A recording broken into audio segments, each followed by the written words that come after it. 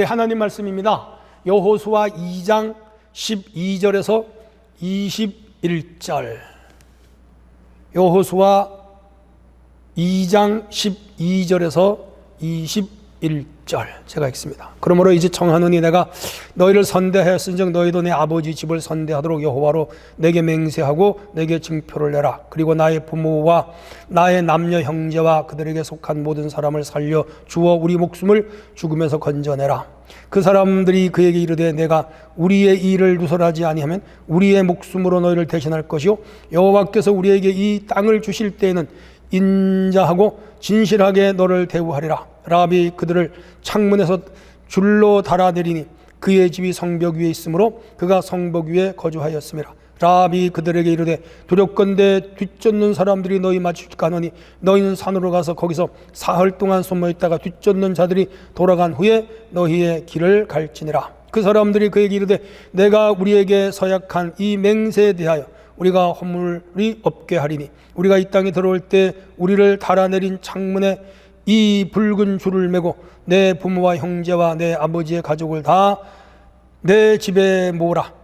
누구든지 내 집 문을 나가서 거리로 가면 그의 피가 그의 물로 돌아갈 것이요 우리는 허물이 없으리라. 그러나 누구든지 너와 함께 집에 있는 자에게 손을 대면 그의 피는 우리 머리로 돌아오려니와 내가 우리의 이 일을 누설하면 내가 우리에게 서약하게 한 맹세에 대하여 우리에게 허물이 없으리니 라합이 이르되 너희의 말대로 할 것이라 하고 그들을 내보내어 가게 하고 붉은 줄을 창문에 내리라. 아멘.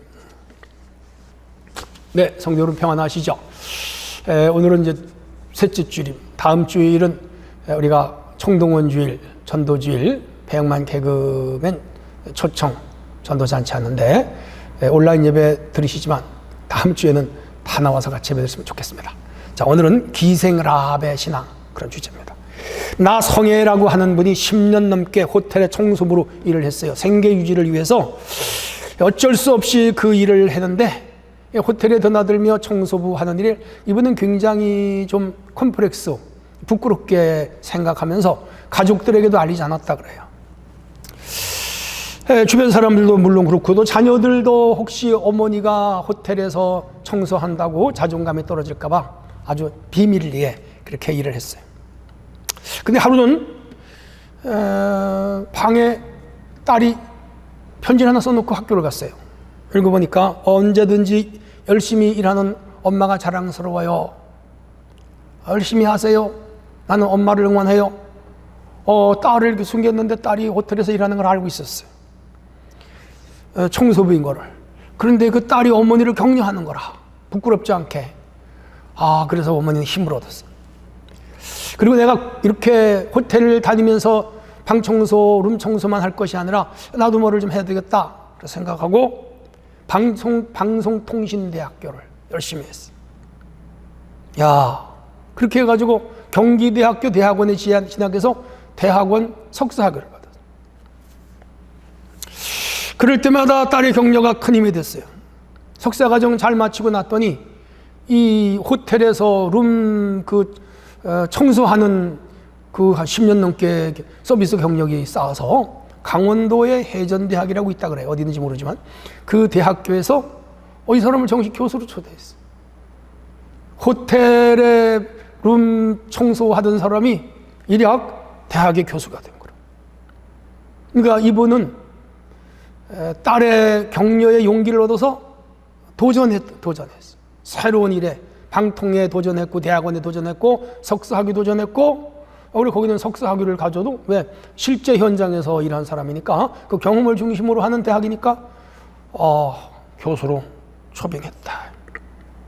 아무리 자신이 보기에 초라한 일이라도 그 자리에서 최선을 다하고 열심을 다하면 길이 열린다. 그래서 우리 하나님도 최선을 다하는 자를 축복하세요. 그래서 하늘은 스스로 돕는 자를 돕는다. 그런 속담도 있죠. 그러면 여러분이 어떤 일을 하든지 그 일을 부끄럽게 생각하면 안 돼요. 그러면 화출부라도 청소부라도 다른 사람들이 하찮게 여기는 일이라도 그거 자기 스스로만 떳떳하면 문제가 없어. 최선을 다하다 보면 길이 열려요. 그래서 오늘 주제는 라합의 신앙인데 라합에 도전하는 믿음이 우리에게 상당히 도전을 줘요. 자, 그래서 오늘은 기생 라합의 이야기를 한번 하려고 합니다. 그래서 여러분, 이 기생 라합의 이야기를 들으면서 나도 뭔가 새로운 삶의 도전을 해봐야 되겠다, 그런 마음을 갖는다면 오늘 말씀은 은혜가 될 거예요. 자, 그러면 어떤 도전을 그 기생 라합은 했는가? 첫 번째 주제, 위기에서도 도전하는 믿음을 가졌어. 11절, 우리가 듣자 곧 마음이 녹았고 너희로 말미암아 사람이 정신을 잃었나니 너희의 하나님 여호와는 위로 하늘에서도 아래로는 땅에서도 하나님이시라. 우리가 이제 12절부터 읽었잖아요. 사실은 이 2장 전체에서 오늘 설교를 하겠습니다. 라합은 우리가 잘 아는 대로 여리고성의 기생이래요. 혹자는 그 라합이 기생이면서 동시에 여리고의 사제였다, 여자 사제였다 그래요. 이스라엘이 요단강을 건너 여리고로 진격하기 전에 여호수아가 먼저 두 정탐꾼 스파이죠, 들여보내요. 잠입시켜요. 여리고에 잠입한 이스라엘 정보위원은 정탐을 하다 그만 탈로 났어요. 정체, 간첩이잖아요. 그래서 그 여리고 성의 군인들에게 쫓기는 신세가 돼요. 근데 이 기생의 집에 머물던 이 두 정탐꾼은 기생에게 우리를 도와달라고 요청을 해요. 그러자 여러 가지 약속을 받고 이 기생은 두 정탐꾼을 자기 집 옥상에는 삼배, 대마초 그 줄거리 있죠, 그거 벗겨서 삼배 만들거든요. 그 대궁이 있는데 그렇게 산더미처럼 쌓이죠. 거기 밑에 숨겨놨어요. 군인들에게는 저들이 저쪽으로 도망갔다고 따돌리고 두 사람을 살려준 거라. 야, 목숨을 건 일이죠.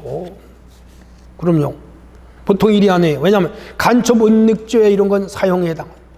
반국가 죄며 지금 쳐들어오는 국가의 스파이를 숨겨줬으니까 여리고성 군인에게 발각되면 이 사람은 반역자로 자기뿐 아니라 가족이 다 처단당한 거죠. 근데 라합의 이런 용기 있는 행동을 통해서 두 첩보원이 구원을 받았어. 그리고 이스라엘에게 많은 정보를 넘겨주게 됐죠. 그러자 이 두 사람은 오늘 읽은 내용대로 그 가족을 다 생명을 구해주겠다. 그리고 우리가 여기 다녀간 걸 절대로 누설하면 안 되고 우리가 도망가는 방향도 알려주면 안 된다. 만약에 그렇게 하면 너와의 약속은 무효다. 그리고 이 라합은 자기네 집이 아마 2층이었던 거 봐요. 창문으로 줄을 내려서 두 사람을 도망을 시켰어요. 그 약조를 해주기를, 우리가 이 성을 함락할 때 이 지금 우리가 도망치는 이 문에다가 빨간 줄을 내려놓으면 너의 가족은 이 방 안에 있는 대로 살려준다. 방 밖으로 나가는 자들은 구원을 받지 못한다. 그렇게 하고 빼돌려서 이 두 정탐꾼 스파이가 살아났어. 훗날 이스라엘 백성들이 여기 쳐들어왔을 때 약속대로 라합의 가족은 구원을 받았지. 그리고 놀랍게도 이 라합은 다윗의 그 할머니가 됩니다. 살몬하고 결혼했죠. 오벳 2세, 2세 다 이렇게 되잖아요. 그리고 그렇게는 훗날 예수님의 저 위에 뻘되는 할머니가 되는, 소위 구속사의 족보에 오르는 엄청난 축복을 받아요. 기염을 토하는 일이죠. 여리고성은 견고한 성벽으로 둘러싸여 있던 도시, 잘 아실 거예요. 그런데 여기서 주막 기생으로 살던 이 라합은 이스라엘의 두 정탐꾼을 우연한 기회에 만났어. 은혜와 축복은 하나님의 은혜 가운데 임하는 거예요. 그리고 이 사람은 기생이니까 직업상 남자를 많이 만났어. 정탐꾼들이 손님으로 가장하여 이 집에 들어갔겠죠. 그래, 맞을 거예요. 자, 그런데 이 기생은 이제 중요한 기로에 놓이게 됐어요. 그만 그 자기 집에 온 두 손님이 스파이에게 탄로가 났어요. 이걸 고발해야 되는가? 고발하면 상을 받겠죠? 아니면 이 사람들을 도와서 돌려보내야 되는가? 지금 중대한 결정을 해야 돼. 중대한 결정을 해야 돼. 동족을 배신하고 정탐꾼을 도와야 될 것인지, 아니면은 이 두 사람을 고발하고 상을 받아야 할 것인지, 순간 그 마음이, 머리가 복잡했을 거예요. 복잡했어요. 긴박한 순간. 자칫하면 가족이 다 죽어야 되고, 그런 위험이 있어. 근데 이 상황에서 라합은 중대한 결단을 하는데, 이스라엘 하나님을 믿고 그 정탐꾼을 숨겨주기로 결심을 해요. 야, 사실 이 기생은 정보를 많이 듣는 사람이잖아요. 수많은 남자들이 여기 얼마나 거쳐갔어요. 광야를 거친 사람. 그러면서 이스라엘 백성과 이스라엘 하나님이 하시는 그 광야 40년의 이야기를 다 정보를 들었죠. 수없이 많이 들었죠. 이스라엘이 하나님이 가나안 땅을 자기에게 주시길, 저들이 여길 쳐들어오면 틀림없이 여리고성을 점령하고 우리가 사는 이 가나안 땅이 지금 우리가 사는 이 가나안 족속의 것이 아니라 저 이스라엘 사람들이 차지할 거라고 이 사람은 믿고 있어. 그러니까 자기 나라는 망할 것이고 이스라엘은 이긴다고 그렇게 믿고 있어. 그래서 정탐꾼을 옥상의 삼대 밑에 숨겨준 거예요. 절체절명의 위기에 놓였던 이 두 사람은 이 라합의 도움으로 구원을 받고 이스라엘의 진영으로 돌아갔죠. 라합은 말대로 아까 계속 말씀드립니다. 기생이에요. 이 기생이 하는 일은 잔치나 술자리에서 노래, 춤, 풍류, 흥을 돋구는 그런 직업 여자예요.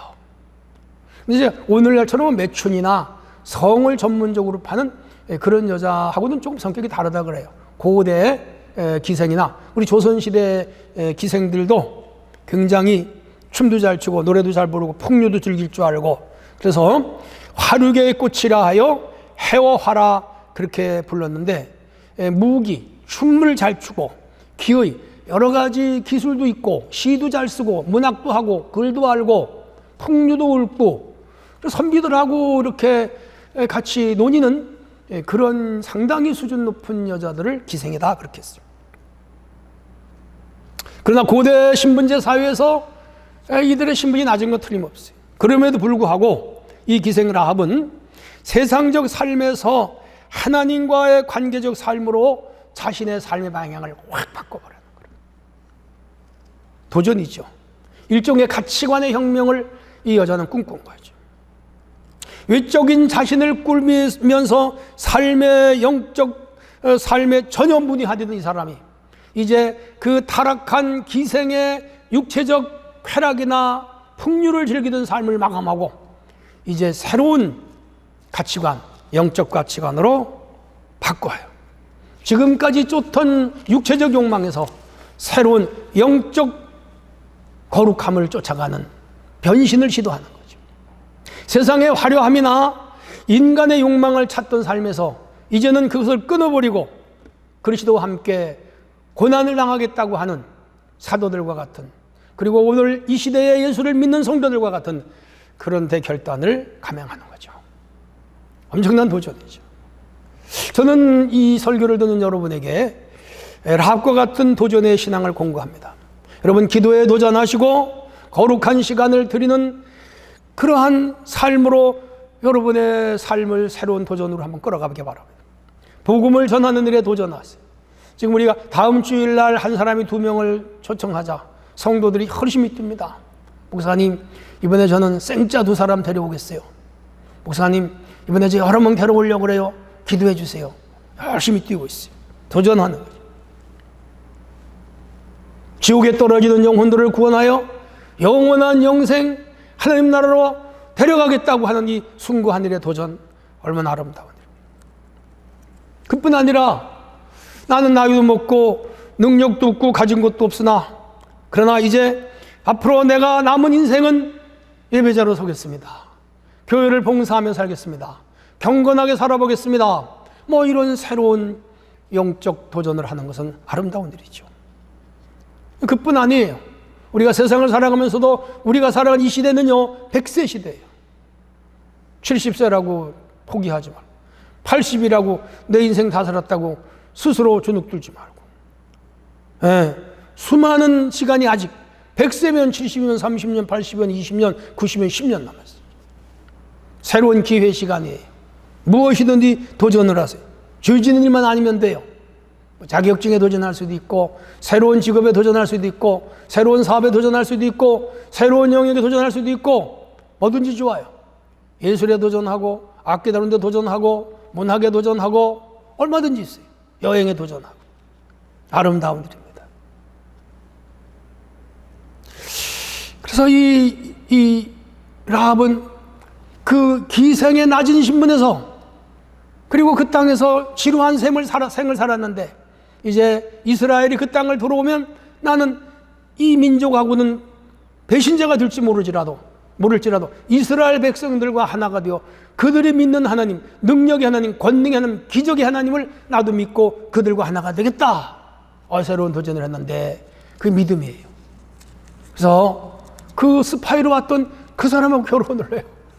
그래서 다윗의 가문에 들어가고 예수님의 족보에 오르는 영광스러운 지위를 얻게 됩니다.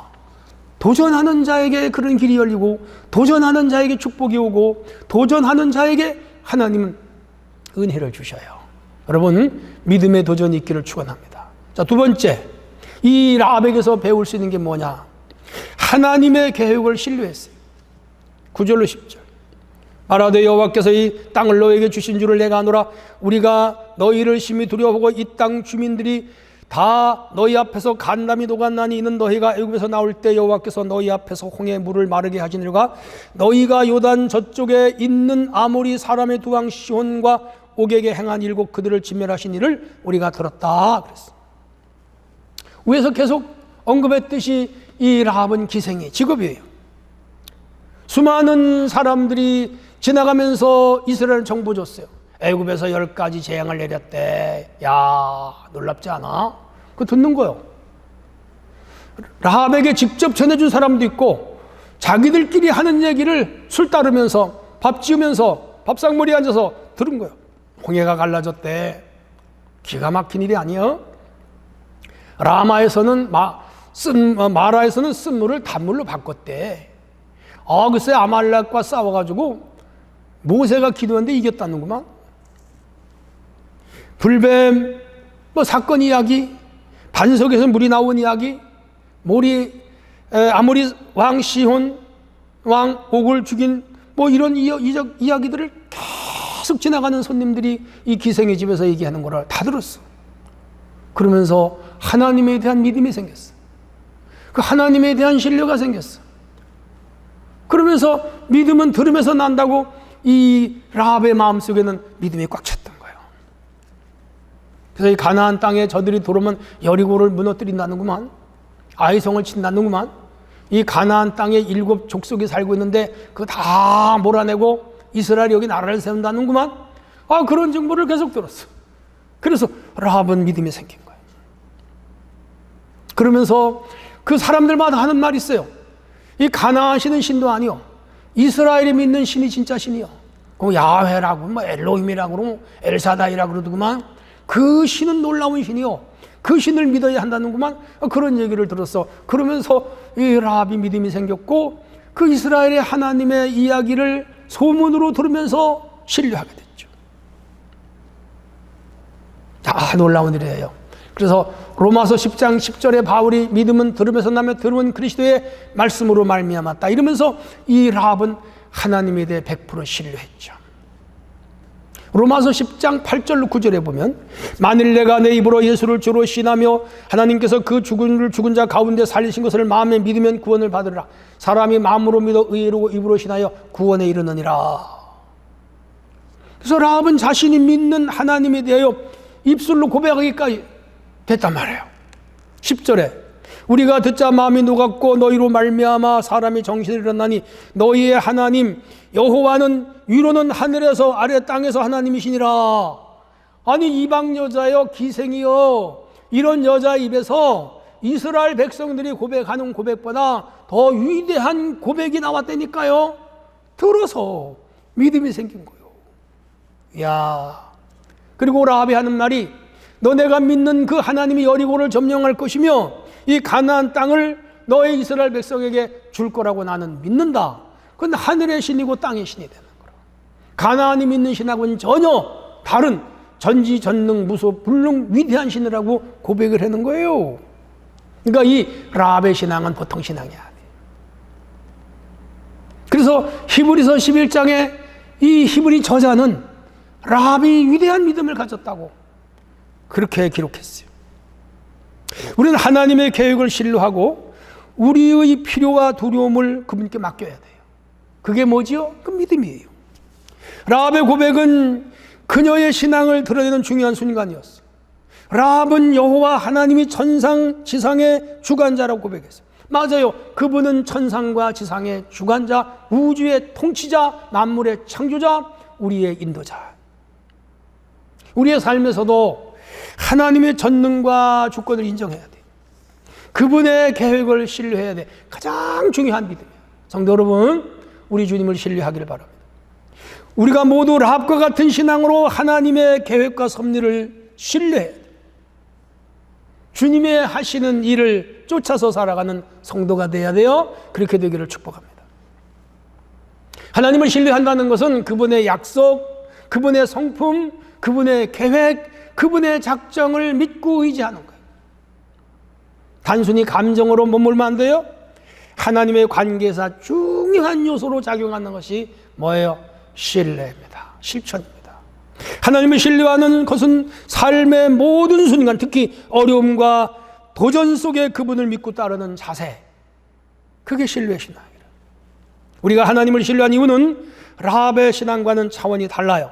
우리는 전능하신 하나님, 사랑의 하나님, 신실한 하나님 신뢰하는, 구원의 하나님, 약속의 하나님, 보호의 하나님, 인도하시는 하나님, 그리고 은혜를 공급하시는 하나님, 돌보시는 하나님, 축복하시는 하나님. 왜? 우리는 라합보다 하나님 더 많이 알잖아. 라합은 이방 여자 단편적으로 알았다면 우리는 신앙 생활을 통하여, 성경을 통하여, 신앙을 통하여 전체적으로 알잖아. 그리고 하나님을 신뢰하는 자들에게는 무한한 은혜와 안식을 주나. 이사야 26장 3절에 보면 주께서 심지가 견고한 자들을 평강의 평강으로 지키시리니 이는 그가 주를 신뢰함이라. 신뢰하는 자에게 하나님은 평강을 준다. 삶의 방향과 목적도 달라져요. 잠언서 3장 5절로 6절에 너는 마음을 다하여 여호와를 신뢰하고 너의 명철을 의지하지 말라. 너는 범사에 그를 인정하라. 그리하면 내 길을 지도하시리라.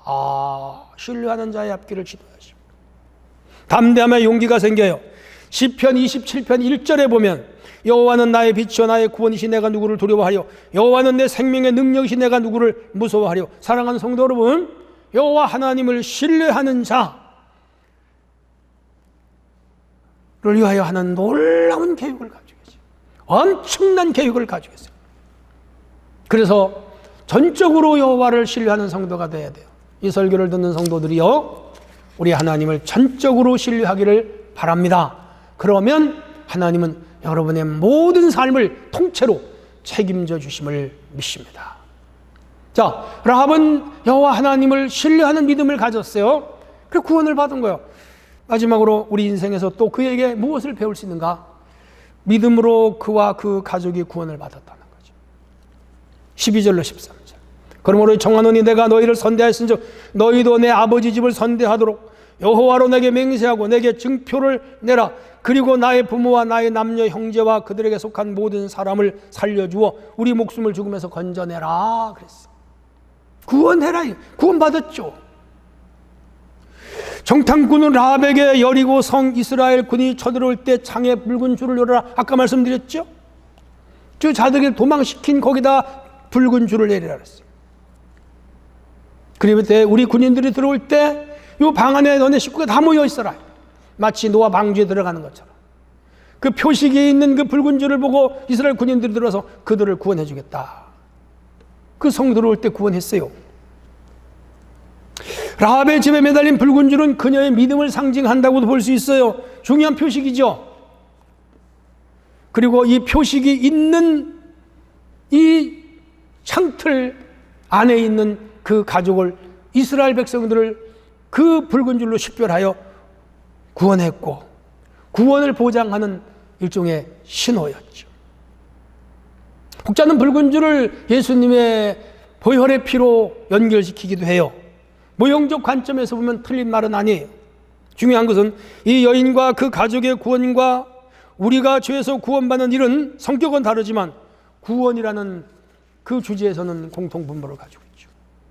그리고 라합은 자신만 구원을 받은 것이 아니고 그 여인 한 사람의 신뢰와 믿음으로 가족과 그 일가가 다 구원을 받았어. 연상주는 구절 있죠. 주 예수를 믿으라 그러면 너와 내 집이 구원을 받으리라. 사도행전 16장 31절.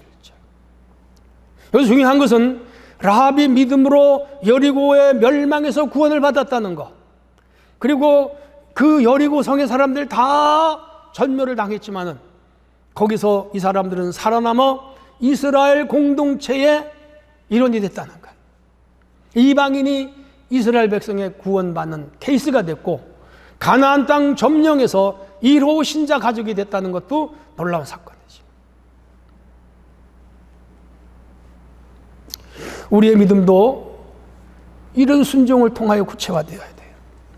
여호와께서 우리에게 주신 명령을 순종할 때 우리는 구원과 보호를 받을 수 있는 것이죠. 만약에 이 라합이 붉은 줄을 내리지 않았다거나, 혹은 그 집 방에 식구들이 모이지 않았다거나, 일부만 모이고 일부는 갔다거나 밖으로 나갔다거나, 그럼 온전한 구원이 이루어질 수가 없었을 거예요. 근데 두 정탐꾼가 약속한 그대로 붉은 줄을 내렸고, 가족을 다 모아놓았고, 성사람들이 다 사방으로 흩어져고 도망을 가고, 그래도 그 방 안에 있었어요. 약속한 대로 지켰어요. 구원을 받은 거예요. 온전한 구원은 믿음으로 순종하는 자들에게 임한다는 원리를 여기서 우리 가르치는 거라. 그럼 우리 예수를 믿는 신앙인은 자기 생각, 상황윤리, 형편에 따라 가변적으로 움직이면 안 돼요. 아무리 어떤 어렵고 힘든 일이 있어도 우리는 십자가를 바라봐야 되고, 보혈의 공로를 믿어야 되고, 하나님의 신실성을 믿어야 되고, 66권의 성경을 믿어야 되며, 예수님의 구원의 이 엄청난 스토리를 그대로 신뢰해야 돼. 그러면 구원을 받아요. 영생을 얻어요. 가족 모두가 하나님의 백성이 되는 거예요. 항구에 정박한 배가 한 척 있었어요. 선장의 아들이 원숭이하고 놀고 있었어요. 원숭이가 소년의 모자를 벗겨가지고 높은 돛대로 올라가 버렸어요. 소년은 자기 모자를 찾겠다고 원숭이를 따라 그냥 정신없이 높은 돛 꼭대기로 올라가서 내려다보니까 까마득해. 떨어지면 죽을 것 같아. 야, 이제는 내려다보니까 어지럽고 질려서 소년은 꼼짝도 못하고 거기 있어. 그 장면을 지켜보던 아버지가 큰일 났어. 떨어지면 죽는데. 그래서 아버지가 아들에게, 얘야, 이 바다로 뛰어내려라. 그래서 바다로 뛰어내려라. 바다로 뛰어내면 산다. 이 배로 뛰어내리면 죽는다. 그래서 아들이, 그 조그만 소년이 무서워서 바닥으로 뛰어내리지 못하고 바다로 뛰어내리지 못해. 근데 그 아들 시간은 흐르고 있어요. 그 팔에 힘을 놓치면 아이는 떨어져 죽어. 아버지가 총을 꺼내 들었어. 너 미안하지만 아버지가 너 쏜다. 빨리 뛰어내려. 바다로 뛰어내려. 아버지 쏜다. 그러니까 아들이 깜짝 놀라가지고 바다로 뛰어내렸어. 눈 딱 감았어. 바다에 풍덩 빠져버렸어. 죽는 줄 알았어. 그런데 소년이 물에서 올라와 눈을 떴을 때는 아버지가 보트에서 아들을 품에 안고 있었어요. 이야, 바다로 뛰어내릴 때 아버지는 보트로 달려가서 아들을 건져 자기 품에 안고 있었던 것이죠. 아버지를 믿고 아버지가 뛰어내리라는 쪽으로 뛰어내렸더니 아이는 살아난 거예요. 믿음은 그런 거예요. 모험이요. 목숨을 거는 거요. 하나님 말씀대로 실천하는 거요. 뭐예요? 하나님이 우리 앞길을 예비하고 우리를 구원한다는 거죠. 이게 누구의 신앙이요? 라합의 신앙이었어요. 이 신앙을 우리에게 성경은 가르쳐요. 이렇게 믿어라, 이렇게 믿어라. 신분이 기생이었지만, 그 가나안 땅에 수많은 사람이 살았지만 누구도 흉내낼 수 없는 믿음을 이 천한천분의 신분의 기생 라합은 가진 거예요. 그래서 구원을 받은 거예요. 결론이에요. 라합의 이야기는 믿음의 결단과 신뢰 그리고 순종을 통해 구원을 경험하는 과정을 우리에게 잘 가르쳐주는 구원의 교과서예요. 라합은 성의 기생으로 시작했지만 그녀의 믿음과 결단은 이스라엘의 구원자, 그리스도의 족보, 그리고 영원한 불후의 명작 성경에 그 이름이 올랐다는 거예요. 사랑하는 성도 여러분, 라합처럼 삶의 도전과 위기 속에서 믿음을 선택하고 하나님의 계획을 신뢰하며 그분의 말씀을 전적으로 순종하기만 하면 이 여인이 얻은 구원의 축복과 같은 구원의 은총과 은혜가 여러분에게 임하심을 굳게 믿으시기를 축원합니다. 하나님 아버지 감사합니다. 오늘 이 말씀을 믿고 우리도 라합 같은 신앙을 소유하는 자들이 되게 하시옵소서. 예수님 이름으로 기도합나이다. 아멘.